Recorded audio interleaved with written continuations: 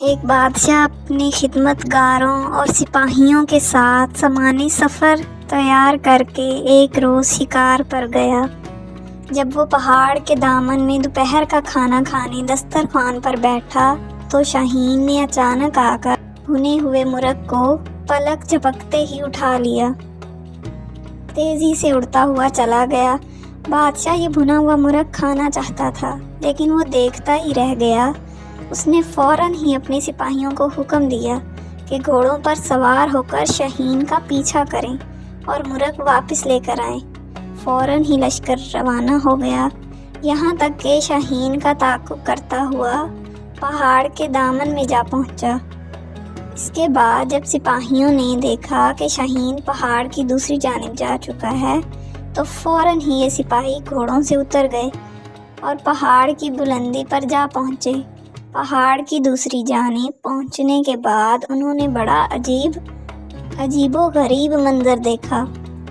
ان کے سامنے ایک شخص تھا جس کے ہاتھ پاؤں بندھے ہوئے تھے اور وہ زمین پر پڑا ہوا تھا، اور بھنا ہوا مرغ دسترخوان سے اٹھا کر لانے والا شاہین بڑے مزے سے اس شخص کی مہمان نوازی کر رہا تھا۔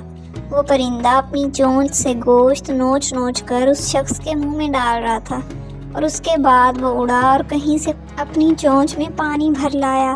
پھر اس نے یہ پانی بھی اس شخص کو پلا دیا۔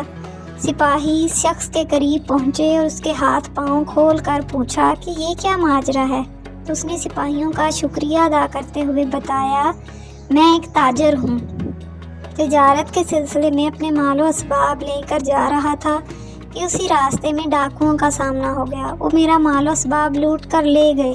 وہ چاہتے تھے کہ مجھے قتل کر دیں، لیکن میں نے ان سے التجا کی کہ وہ مجھے جان سے نہ ماریں۔ وہ کہنے لگے، ہمیں اس بات کا ڈر ہے کہ تم کسی طرح آبادی تک پہنچ جاؤ گے، اور اس کے بعد ان لوگوں نے مجھے اور میرے خچر کو باندھ دیا اور چلے گئے۔ پھر دوسرے دن یہ پرندہ میرے لیے کہیں سے روٹی لے کر آیا اور آج یہ بھنا ہوا مرغ لے آیا ہے۔ روزانہ 2 مرتبہ یہ پرندہ میری مہمان نوازی کرتا ہے۔ بادشاہ کو جب اس بات کا علم ہوا تو اس کی زندگی میں انقلاب آ گیا۔